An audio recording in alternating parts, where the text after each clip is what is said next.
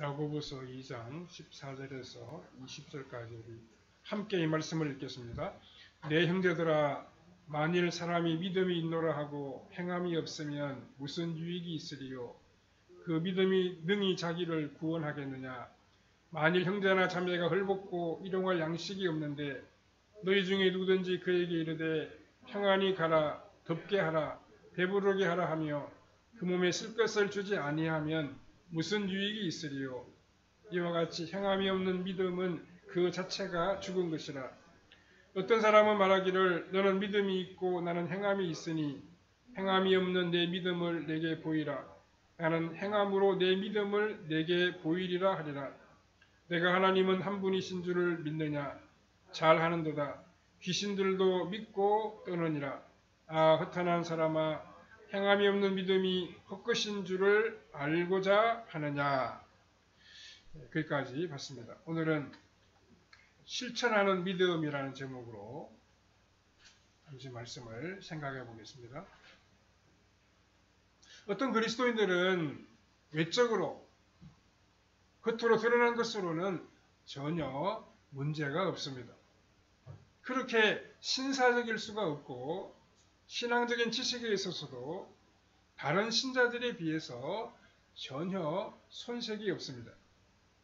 그런데 그 사람 안에 무엇인가 문제가 있습니다. 그것은 그 사람 안에 신앙적인 뜨거움과 신앙적인 열심이 없다는 사실입니다. 다른 사람의 영혼에 대해서 관심을 가지지도 않습니다. 그 신앙은 마치 식어버린 부부관계와도 같습니다.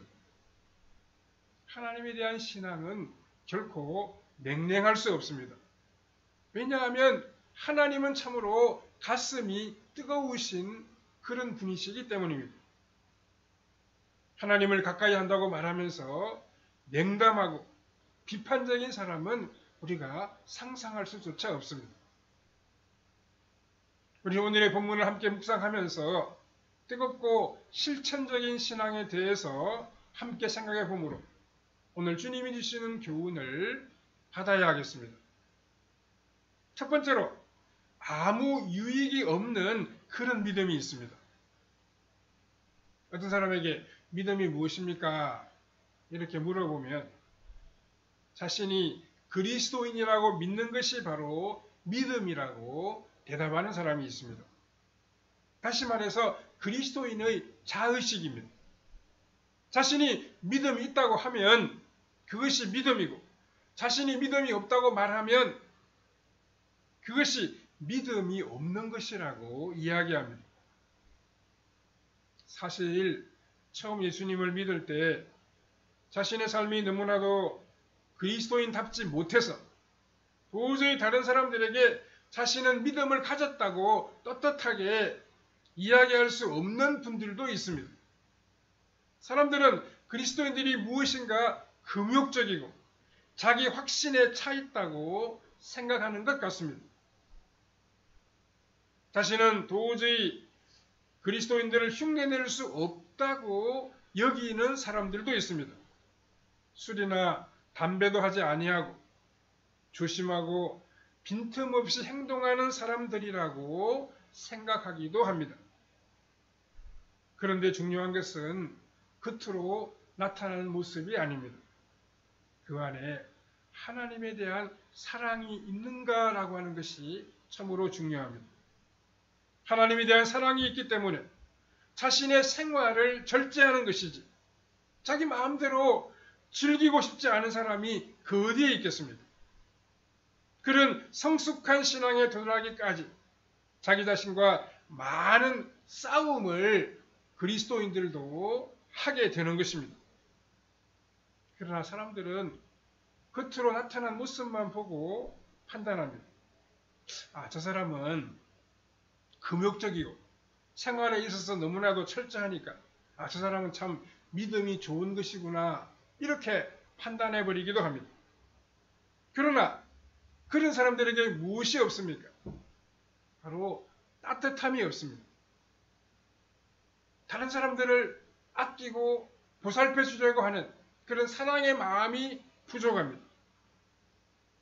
하나님을 사랑하는 마음으로 자기 자신과 싸워가면서 한 걸음 한 걸음씩 걸어온 사람은 그 중심에 하나님에 대한 사랑이 있고 다른 사람에 대한 따뜻함이 있습니다.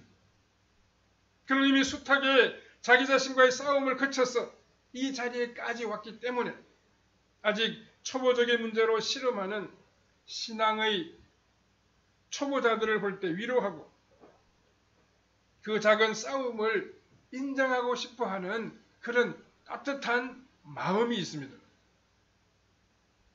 그러나 앞만 보고 하나님의 사랑이나 자기 자신과의 꾸준한 싸움이 없이 한순간에 금욕적인 생활로 달려온 사람들에게는 그런 따뜻함이나 동정심을 찾아보기 어렵습니다.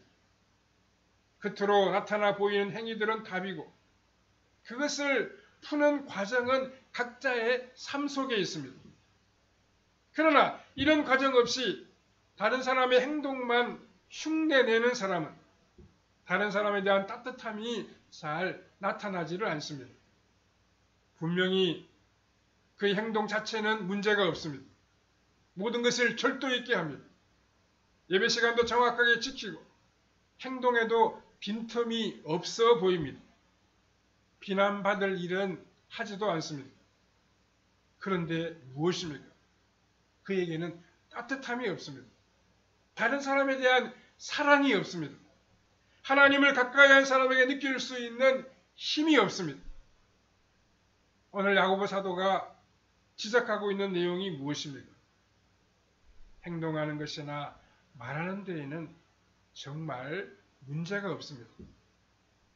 그러나 그 속에 다른 사람의 영혼에 대한 사랑이 없는 것이 문제입니다. 말로는 동정하는 척 그렇게 이야기하지만 어려움을 당하는 형제들을 도와주지 않습니다. 혹시라도 그 부담이 자기 자신에게 돌아올까봐 부담스러워하기도 합니다. 이런 신앙이 가능하겠습니까?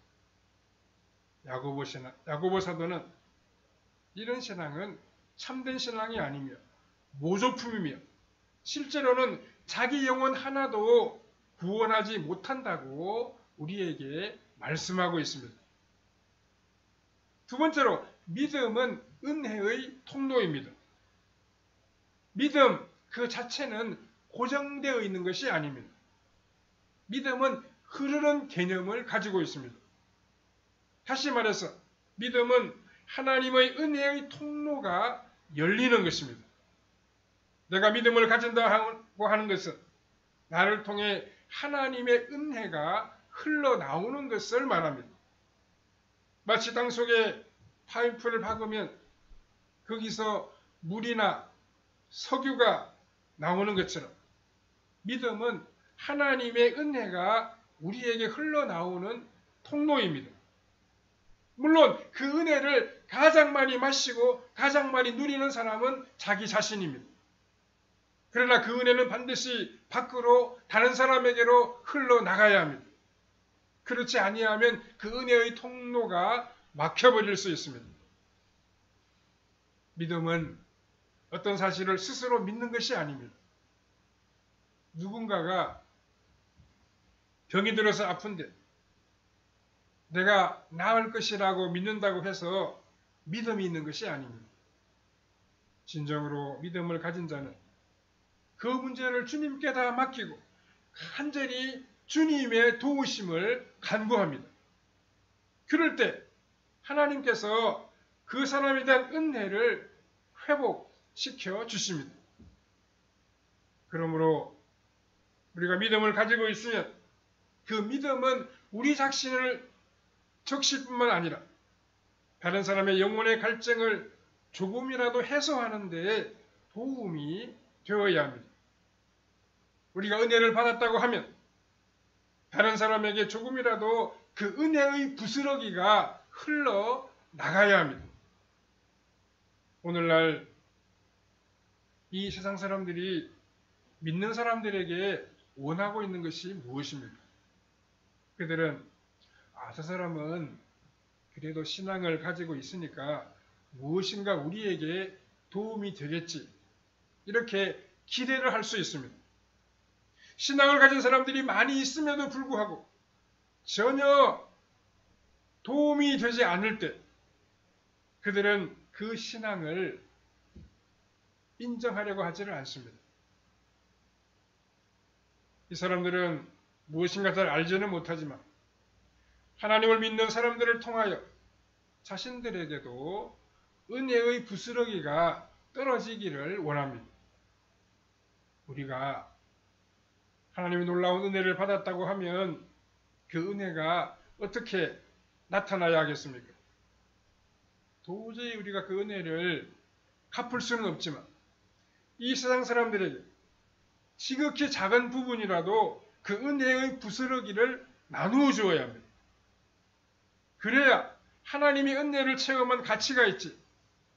그런 것이 하나도 없다고 하면 이 세상이 무슨 재미가 있겠습니까?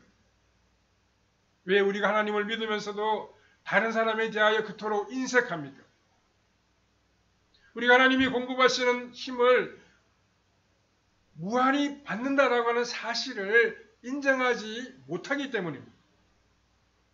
하나님의 무한한 능력을 믿는 사람은 자신의 것을 다른 사람들에게 나눠주기를 주저하지 않습니다. 남에게 은혜를 베풀어 주면 하나님의 은혜가 나에게서 떠나지 아니할 것을 너무도 잘 알기 때문입니다. 우리가 다른 사람을 용서하고 다른 사람에게 은혜를 베푸는 것을 인색하지 말아야 하는 이유가 그 무엇입니까? 그래야 하나님께서 우리를 용서해 주시고 우리가 하는 일에 은혜를 거두시지 않기 때문입니다. 우리가 하나님 앞에 여러 번 같은 실수를 반복해서 하면서도 하나님께서 우리 죄를 용서해 주실 줄을 믿는 근거가 무엇입니까? 우리가 다른 사람의 허물에 대해서 눈은 눈으로 이는 이로 갚지 않았기 때문입니다. 물론 그것이 공로가 되는 것은 아니지만 그래도 하나님께서 우리에게 주시는 은혜를 거두시지 않을 것이라고 하는 그런 믿음을 우리가 가지고 있습니다. 야고보 사도는 어쩌면 하나님을 그처럼 잘 믿는 사람이 막상 형제들이 어렵거나 주위 사람들이 고통을 당할 때 입으로만 번지르하게 말하고 실제로는 그들의 고통을 외면할 수 있느냐라고 말씀하고 있습니다. 그렇게 해서는 안 된다고 야고보 사도는 강조하고 있습니다.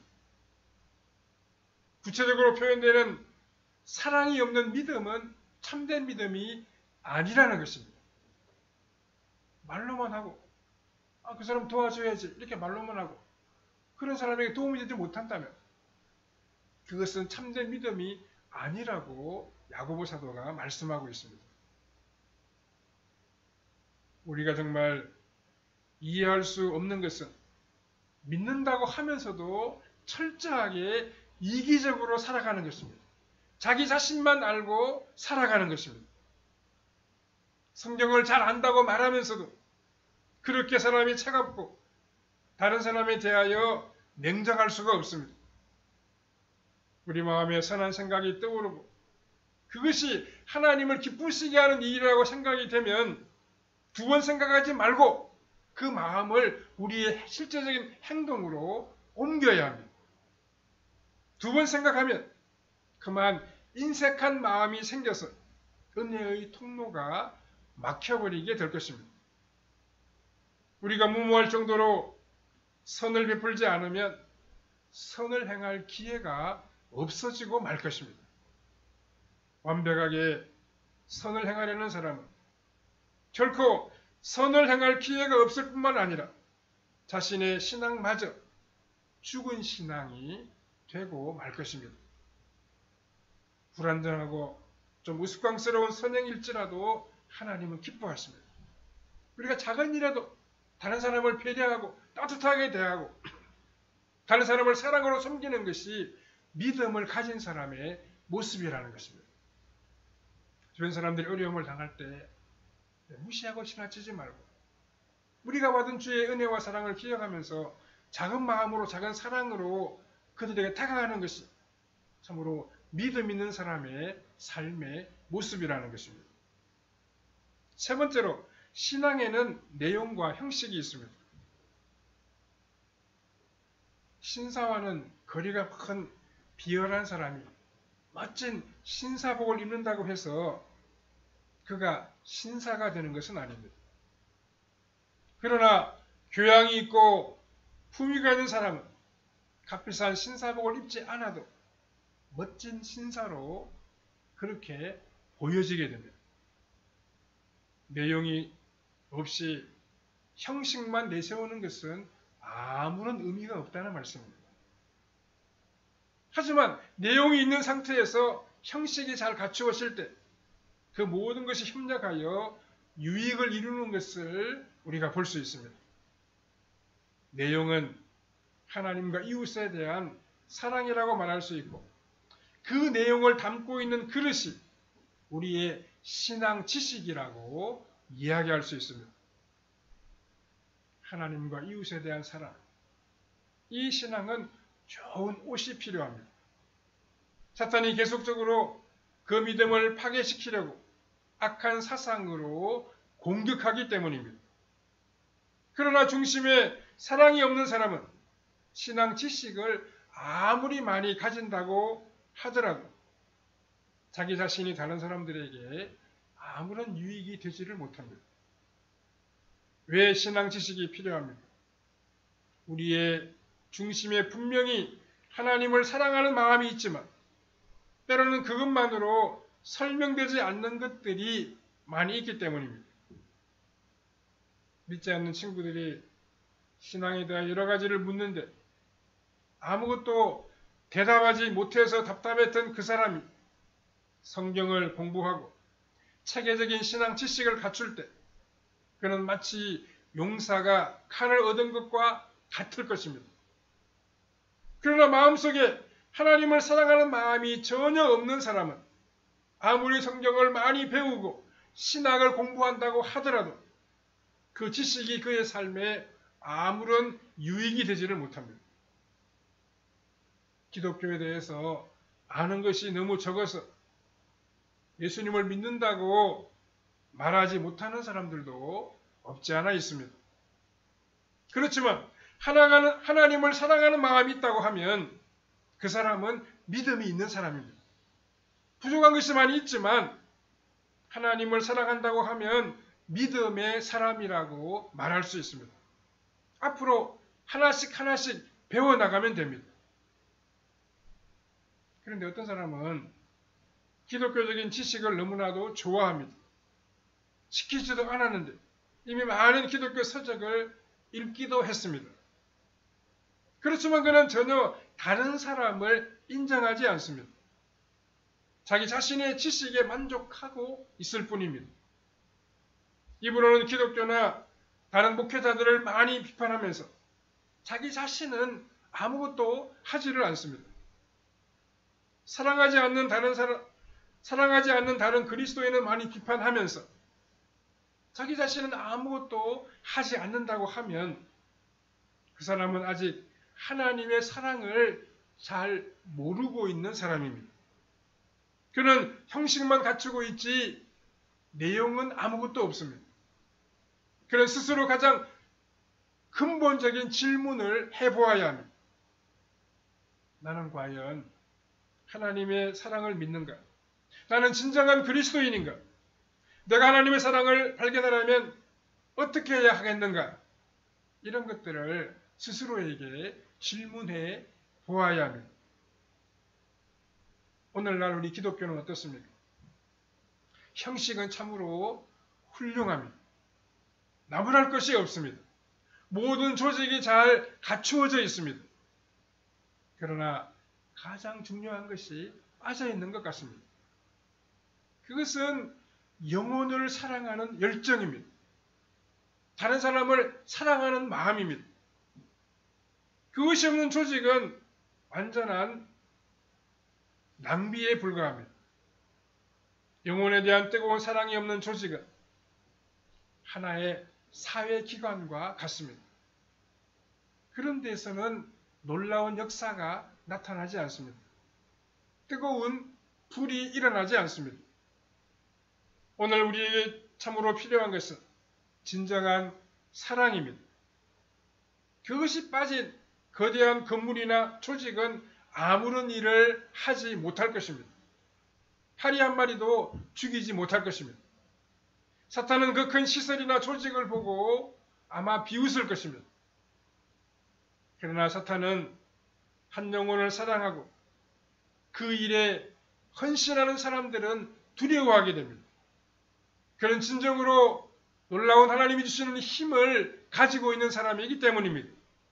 바로 그런 사람에게 지식이 필요하고 조직이 필요합니다. 오늘 우리는 너무나도 내용이 없는 형식에 익숙해 있는 것 같습니다. 그런 선교, 그런 교육은 아무런 유익이 없습니다. 뜨겁고 진정한 사랑이 있고 난 후에 조직도 따르고 지식도 따르는 것입니다. 신앙은 고정되어 있는 일정한 것이 아닙니다. 이것은 하나님과 이웃에 대한 바른 자세요. 바른 태도입니다. 바른 체계적인 지식이 이것을 확고하게 지켜줄 수 있습니다. 그것이 없는 제도라고 하면 그것은 죽은 것입니다. 주님은 사도 베드로에게 많은 신학적인 지식을 다 물어보고 점검해 본 다음에 양떼를 맡긴 것이 아닙니다. 여러 가지 많이 물어보고 내 양을 먹이라, 내 양을 치라 그렇게 말씀하신 것이 아니었습니다. 지금 나에게 배운 것을 보고서 10장으로 요약해서 제출해라 이렇게 말씀하시지도 않았습니다. 주님은 베드로의 많은 허물에도 불구하고 그가 주님을 참으로 사랑하는지 물으시고 그가 사랑한다고 대답했을 때 그에게 순종할 직분을 맡겨주셨습니다. 우리도 오늘 스스로에게 질문해 보아야 합니다. 나는 주님을 사랑하는가? 할 수 있는 대로 이웃과 바른 관계를 원하고 있는가? 이렇게 질문해 보아야 합니다. 그렇다면 그것이 기독교의 내용입니다. 거기에 신앙 지식이 필요한 것입니다. 그렇게 할 때 그의 신앙은 더 불이 붙고 무엇인가 움직이는 힘을 가지게 됩니다. 누군가가 사랑을 하면 우리도 거기에 맞장구를 쳐야 합니다. 그 사랑이 온전해지고 불이 붙게 해 주어야 합니다. 그렇지 않으면 잘 믿는 그 믿음은 전부 엉터리라고 말할 수 있습니다. 그것은 자기 만족을 위한 신앙이지 이 세상에서는 전혀 쓸모없는 신앙이 되어버립니다. 기독교의 생명은 믿음이 장식용으로 가만히 있는 것이 아니라 무엇인가를 일으키는 힘이 있다는 데 있습니다. 누군가가 조금만 희생하면 불을 일으키는 뜨거운 중심이 있는 신앙, 그것이 바르고 아름다운 신앙입니다.